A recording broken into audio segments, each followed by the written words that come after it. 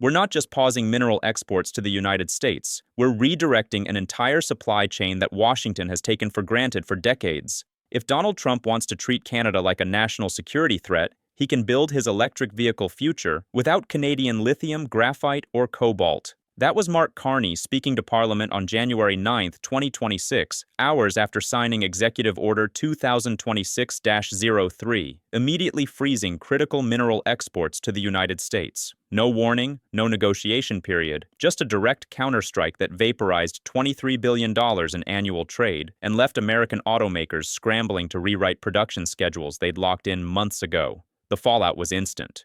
Ford announced a $1,200 price increase on the F-150 Lightning.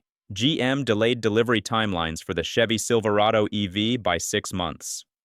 Tesla's Gigafactory Texas halted battery module production entirely because the graphite supply from Quebec that feeds 40% of their anode material disappeared overnight.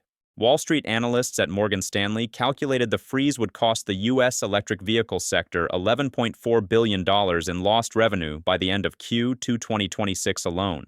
And the architects of this crisis? Donald Trump's 25% tariffs on Canadian steel and aluminum, imposed under Section 232 of the Trade Expansion Act on December 18, 2025, claiming Canada posed a national security risk to the United States. For the average American, this isn't abstract trade policy, it's the EV tax credit they were counting on to buy a $45,000 electric SUV suddenly becoming worthless because the vehicle now costs $52,000 and qualifies for nothing. It's the contractor in Arizona who pre-ordered an electric work truck at $58,000, now being told delivery is pushed to 2027 and the price is under review. It's the homeowner in Michigan who wanted to install a Tesla Powerwall backup battery being informed the lithium cells are back-ordered indefinitely because the Canadian supply route that provided 34% of North American battery-grade lithium carbonate no longer exists. Section 232 was designed to protect American manufacturing from genuine threats to national security.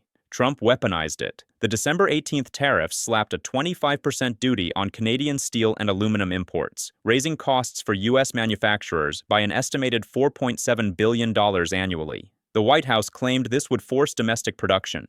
Instead, it triggered retaliation. Canada didn't flinch. Carney's government responded by invoking the Critical Minerals Security Act, passed in 2024 but never enforced until now, which allows Ottawa to restrict exports of 31 designated minerals essential to electric vehicles, renewable energy, and defense technology when trade relationships are materially compromised. The list of frozen exports reads like a doomsday scenario for American industry. Lithium carbonate from Quebec mines producing 68,000 metric tons annually, graphite from Northern Ontario supplying 42% of North American EV battery anodes, cobalt from Manitoba refineries processing 18,000 tons per year, nickel from Sudbury feeding battery cathode production worth $6.2 billion, rare earth elements from Saskatchewan, critical to EV motors and wind turbines. Every single shipment to the United States stopped on January 10, 2026.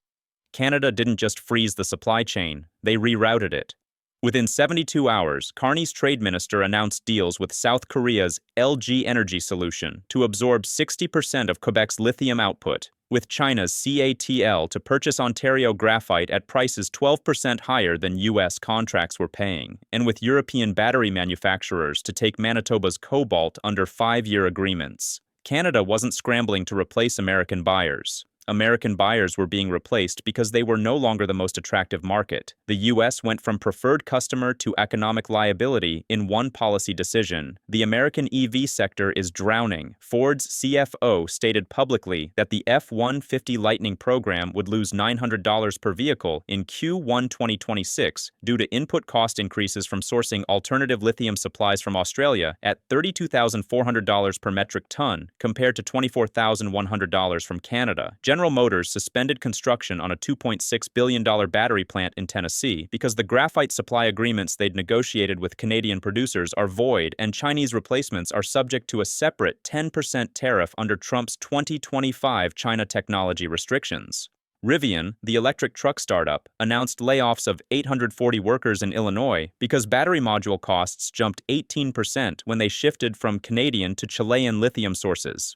Tesla is perhaps the most exposed. Elon Musk built the Texas Gigafactory around proximity to Canadian mineral supplies crossing through Montana and North Dakota. Now those trucks are heading to South Korea instead. Analysts at Deutsche Bank estimate Tesla's cost per vehicle will rise by $1,340 in 2026 if they can't secure replacement contracts at pre-freeze pricing, which they can't, because global lithium and graphite markets are now experiencing supply crunches. Spot prices for battery-grade lithium hit $28,600 per ton on January 15th, up 19% from December. Graphite futures spiked to $5.64 per pound, the highest since 2022. Trump's tariffs created scarcity, and Canada monetized it by selling to everyone except the United States. Construction is bleeding too. Canadian aluminum was feeding 47% of U.S. residential window frame production. Those manufacturers are now paying 31% more for Mexican aluminum with longer lead times. Steel for rebar used in infrastructure projects, the very infrastructure Trump claims to prioritize, jumped from $620 per ton to $810 per ton because Canadian mills that provided low-cost supply to Midwest contractors are now exporting to Germany and Japan under contracts that lock in multi-year pricing.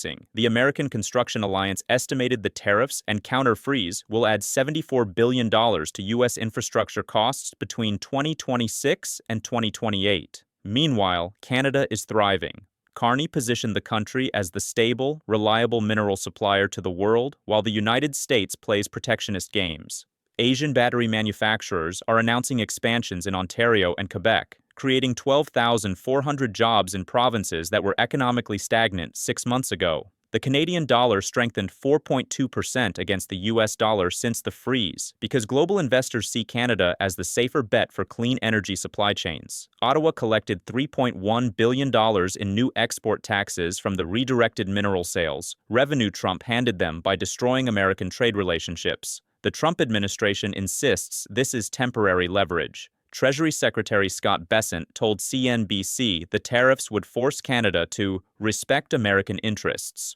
But Canada doesn't need to respect American interests when South Korea, China, and Europe are offering better prices and longer contracts. The leverage evaporated the moment Carney proved Canada could replace U.S. demand within a week. America didn't gain negotiating power. It lost market access. Donald Trump gambled that Canada needed the United States more than the United States needed Canada. He was wrong. The critical mineral freeze exposed the fatal flaw in his trade strategy, assuming other countries have no alternatives. Canada found alternatives. American manufacturers are the ones stranded, paying higher costs, missing deadlines, and losing competitiveness to foreign rivals, who secured Canadian supply while Trump was busy tweeting about national security. The U.S. electric vehicle transition, the cornerstone of Biden-era climate policy that Trump inherited and immediately undermined, is now delayed, more expensive, and more dependent on China than it was before the tariffs. Has Donald Trump overplayed his hand so badly that he's handed America's clean energy future to Beijing? What do you think? We read every comment, so we'd like to hear your thoughts in the comments below. And don't forget to like and subscribe to help spread this channel, because YouTube recently doesn't like when we criticize his Trump chaotic policies.